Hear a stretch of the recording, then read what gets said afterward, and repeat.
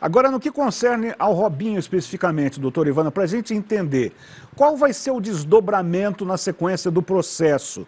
Ele vai depender do Supremo para ser preso no Brasil? Ou ele pode ser extraditado, doutor Ivana?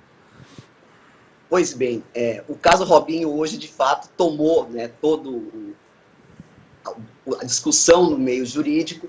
O crime aconteceu em 2013, ele praticou um crime que aqui também no Brasil é um crime gravíssimo, que é um estupro, um estupro coletivo, envolvendo uma mulher que estaria embriagada, então tem toda uma vulnerabilidade da vítima que não tinha nenhuma condição de reagir.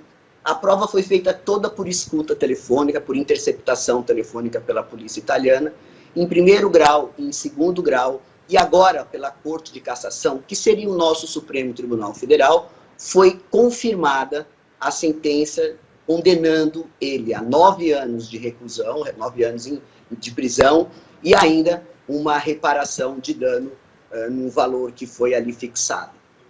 Teoricamente, pela nossa Constituição Federal, extraditado para cumprir pena na Itália, isso ele não vai. A nossa Constituição impede que brasileiro nato seja extraditado para outro país para cumprir pena. Então, essa possibilidade está totalmente fora de questão. Entretanto, no que tange ao cumprimento de pena aqui, hoje abriu uma discussão muito grande sobre cumprir ou não a pena. Teoricamente, tecnicamente, a Itália, né, o Tribunal da Itália vai mandar via diplomácia para o Brasil e essa execução dessa pena, ela vai ser feita através do que nós chamamos de um procedimento, né, que corre perante o presidente do Superior Tribunal de Justiça. Isso chama-se homologação de sentença estrangeira.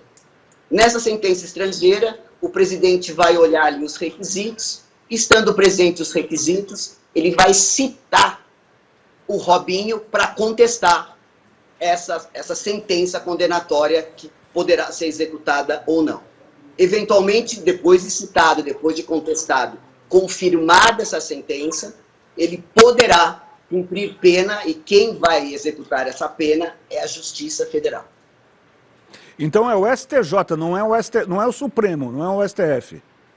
Isso, é o STJ, houve uma modificação na lei há pouco tempo, e é o Superior Tribunal de Justiça, na figura do seu presidente, é que tem a jurisdição para processar e, eventualmente, determinar o que a gente chama de carta de sentença, que seria, no nosso olhar aqui, o nosso mandado de prisão para que ele fosse cumprido. A discussão aqui hoje é exatamente se ele vai ser preso ou não.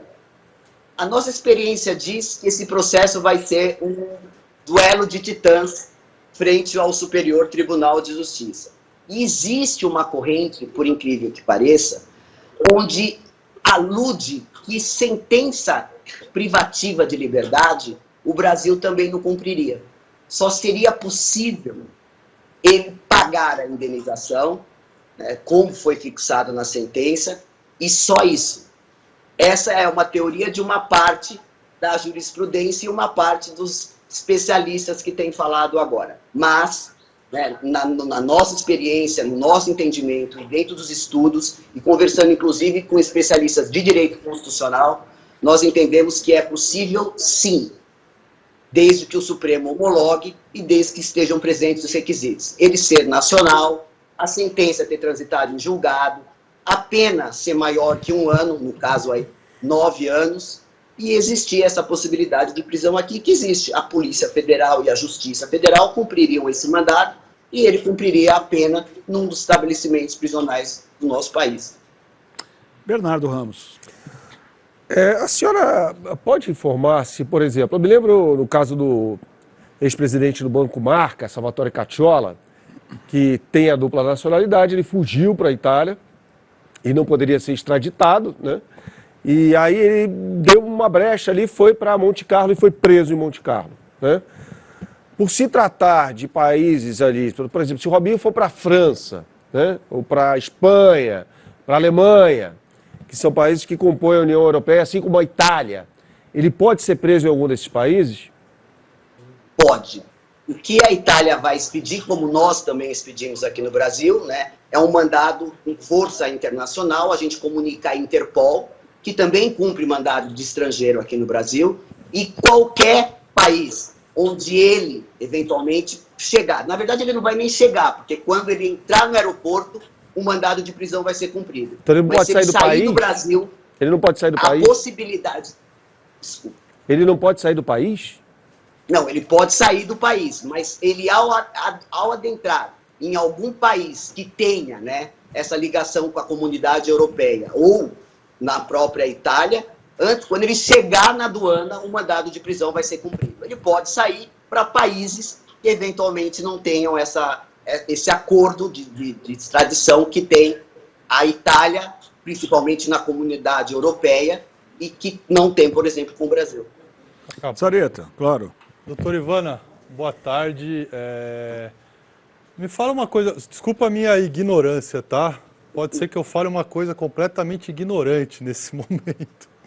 Mas quando a senhora fala que a Itália provavelmente vai mandar uma carta ao Brasil, né, meio que informando o que está acontecendo com o brasileiro e etc. Quando a senhora fala que ele pode cumprir uma pena, o Brasil pode prendê-lo, é isso? Pode ir a polícia atrás do Robinho e ele cumpriria a pena exatamente igual na Itália, numa prisão normal, por exemplo, é isso? Como se ele tivesse cometido esse crime aqui. Exatamente. Quando o Brasil, depois desse procedimento lá no Superior Tribunal de Justiça, homologa, né, essa carta de sentença, que necessariamente é a sentença italiana traduzida para o português. E o Superior Tribunal de Justiça homologou, dizendo que aquela sentença tem força no Brasil, vai ser expedido um mandado de prisão, né? A Polícia Federal vai ser comunicada, todos os órgãos, né, sistema de justiça será comunicado, e quando o mandado for cumprido, ou ele eventualmente se apresentar, será recolhido, apresentado à Justiça Federal, e é a Justiça Federal que vai acompanhar a execução da pena. Mas aí ele pode recorrer no Brasil, entra como se fosse feito no... Não pode? Não, acabou. A sentença condenatória italiana, transitada em julgado, ela coloca fim nessa questão. Existe até, né, uma discussão onde se tenta colocar a hipótese dele ser novamente processado no Brasil pelos mesmos fatos. Eu tenho 30 anos de carreira, eu nunca assisti uma situação dessa e provavelmente não vai ser agora que isso vai acontecer. Então, tecnicamente, homologada essa carta de sentença, será expedido um mandado de prisão e ele será preso e conduzido primeiro para a Polícia Federal e depois isso se tornará um processo de execução e a Justiça Federal é que vai acompanhar. Pegando o gancho, já passando por Ivan Drago, que vai fazer pergunta, a gente lembra, Ivan, que há cerca de 1 ano e meio, o presidente do Santos, então, José Carlos Pérez, quase contratou Robinho. Contratou, na verdade, né? Chegou a contratar e depois foi uma avalanche de mensagens e de protestos, onde a própria Marília Ruiz pegou muito forte nessa questão, né? E aí o Santos recuou, mas parece que o acordo já tinha sido, inclusive, assinado para ele jogar no Santos ao final do ano de 2020, porque 21 já está o novo presidente, o Andrés Rueda, que inclusive participou ontem do programa do Beto Saad. E aí o Santos só recuou, está me lembrando aqui o Daniel, quando os patrocinadores ameaçaram tirar o time de campo. Então esse foi mais ou menos, na linha do tempo, histórico dessa questão. Doutor Ivana, 2 questões, por gentileza, né? Abusando um pouquinho da sua experiência, eu gostaria que a senhora falasse um pouquinho como a senhora enxerga o caso, como você acha que essa história vai terminar. E como advogada e como mulher, claro que esse fato, ele mexe com os noticiários porque o Robinho é uma figura pública.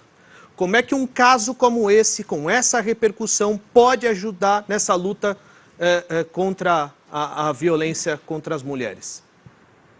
Pois bem, né, o crime que ele praticou no nosso ordenamento jurídico é o crime hediondo, que importa em penas até 15 anos de reclusão, né, regime fechado, um crime onde até os próprios presos dentro do sistema prisional não respeita esse tipo de criminoso. A dificuldade de um indivíduo, de um condenado, né, conviver dentro do sistema prisional, tendo praticado um crime sexual, é muito difícil.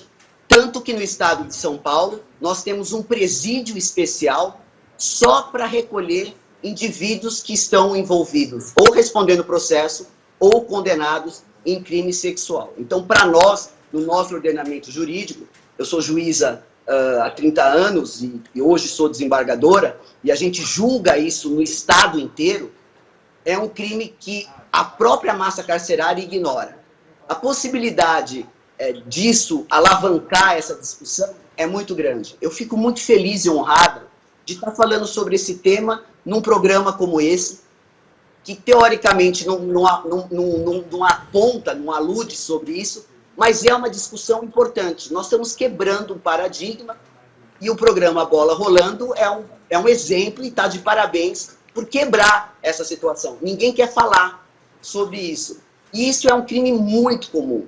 Eu que atuo numa seção criminal, eu sou desembargadora na 7ª Câmara Criminal, é comum esse tipo de criminalidade aqui. A resposta que o Estado dá, normalmente, nesse tipo de crime, são penas altas. Penas de 9, 10, 15, até 20 anos de reclusão, dependendo das formas qualificadas que foram efetivadas. E essa discussão aqui alavanca, né, toda essa situação que essa moça viveu. Segundo o processo, eu tive acesso a apenas uma parte dele, eles estavam numa boate, se divertindo, ela teria sido embriagada propositadamente, levada a um espaço separado e lá ter sido despida e todos terem praticado ato sexual. Esse processo chama muito a atenção no que tange a investigação. Na nossa rotina, normalmente a gente quebra o sigilo telemático e vai grampeando o autor do crime enquanto a investigação está correndo ou até antes da investigação, né, antes de se definir ali, determinar a prisão. No caso, a polícia italiana, de forma muito inteligente, fez o seguinte: ele intimou o Robinho e os outros coautores a irem à delegacia depor, e aí ele determinou uma interceptação da escuta telefônica. Foi nessa troca de conversa do que você vai falar lá, os comentários que o Robinho fazia de não existir câmeras lá naquele local e por isso seria difícil provar a atuação dele, foi exatamente tudo isso, né, que suplantou, que amparou a condenação. Então, é muito importante falar sobre isso, porque é um crime que chama a atenção, são situações que se vivem de forma muito mais comum do que as pessoas acontecem, e a mulher, né, tem que falar sobre isso, romper o silêncio.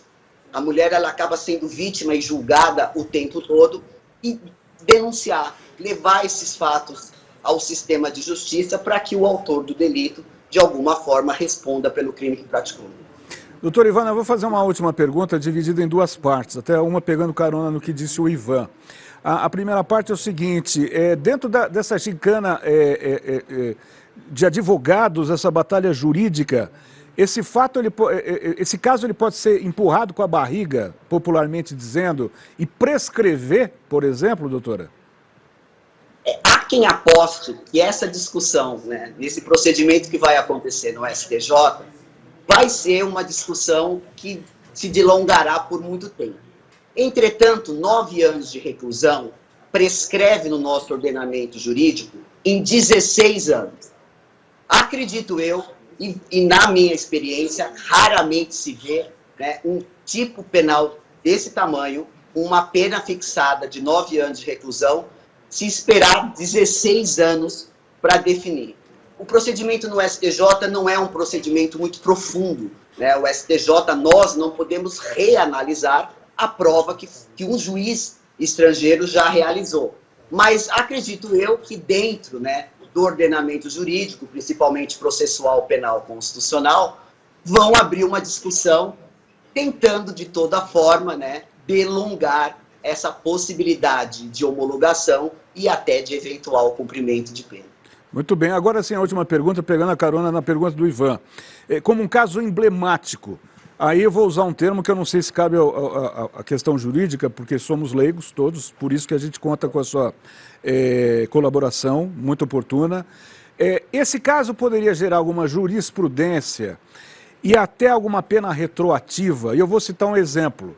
Este ano, o Atlético Mineiro foi campeão brasileiro, campeão na Copa do Brasil, e voltou à tona um caso que envolvia o técnico, Cuca, que quando foi técnico do Grêmio, na década de 80, teria participado também de uma roda de estupro parecida envolvendo uma garota de 13 anos.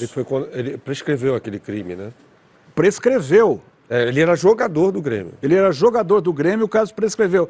Esse caso, de forma emblemática, pode trazer à tona outros crimes e fazer com que os processos voltem a estar em andamento, doutora? Isso é muito comum. Isso que nós estamos fazendo aqui, falando, né, para os assinantes, o que aconteceu e a forma desse tipo penal, nós acabamos levantando, né, ou possibilitando que outras vítimas de outros crimes, né, vão se socorrer, no primeiro momento, à delegacia de polícia. Normalmente, quando se fala sobre o tema, e aqui envolvendo, né, o mundo do esporte, ocorrendo uma situação, a vítima se sentindo segura, estimulada, né, amparada. Hoje nós temos delegacias especializadas só para combater esse tipo de violência. Ela pode procurar, denunciar e aí sim se começar uma investigação. Claro que eu tenho que ser leal em dizer que quanto mais tempo corre, pior fica a prova, né? O tempo é inimigo da prova, porque a prova vai se perdendo, as memórias vão saindo. Antigamente a gente não tinha esse dispositivo importante que é o telefone, né? Tudo hoje é filmado, você consegue investigar com georreferência, mas, como você mesmo colocou, é uma fala importante, é um case que pode abrir sim, né, um precedente para que outras vítimas em outras situações tomem a coragem, rompam esse silêncio e procurem o sistema de justiça. Muito bem. Saretinha, última pergunta, por favor. Última pergunta, que eu tenho uma curiosidade, e não sei se a doutora Ivana vai responder a minha curiosidade. Qual é o feeling da senhora, contando com toda essa experiência que a senhora tem de trabalho, qual é o feeling nesse caso do Robinho? A senhora acha que o Brasil vai prender o Robinho?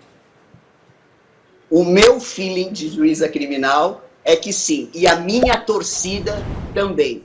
O crime, independentemente de qualquer pessoa, é um crime, como eu disse, considerado um crime hediondo.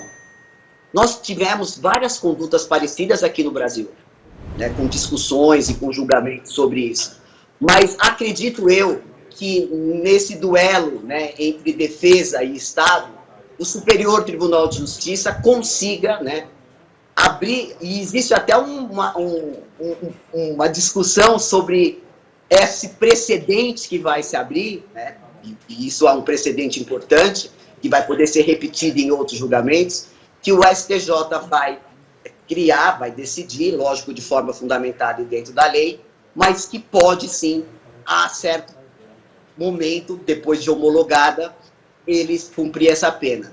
Existem os mais derrotados que digam que isso nunca vai acontecer, que é muito difícil, mas eu, dentro do meu feeling e da minha confiança, acredito que ele vai ser preso em algum momento.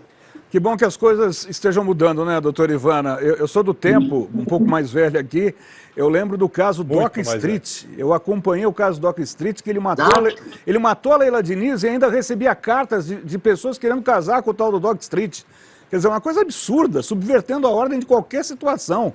Ainda bem que as coisas estão mudando, né, doutora Ivana? Graças a Deus. Pois é, mas você sabe que nesse caso que você está falando, dentro da minha atuação, não é raro o acusado, por exemplo, de crime sexual, ser procurado por 3, 4 visitas, mulheres do presídio, para visitá-lo. É uma situação que nós, do sistema de justiça, eu, juíza criminal, e os próprios diretores de presídios ainda não conseguimos entender direito. Mas não foi só no caso do Doc Street. É comum, principalmente crimes que envolvem mais de uma mulher. Às vezes o indivíduo está preso, até respondendo o processo, e essas mulheres se habilitam a ser visita desse indivíduo que está sendo processado por crime sexual. Muito bem. Doutor Ivana, olha, muito obrigado por sua contribuição, por seus esclarecimentos.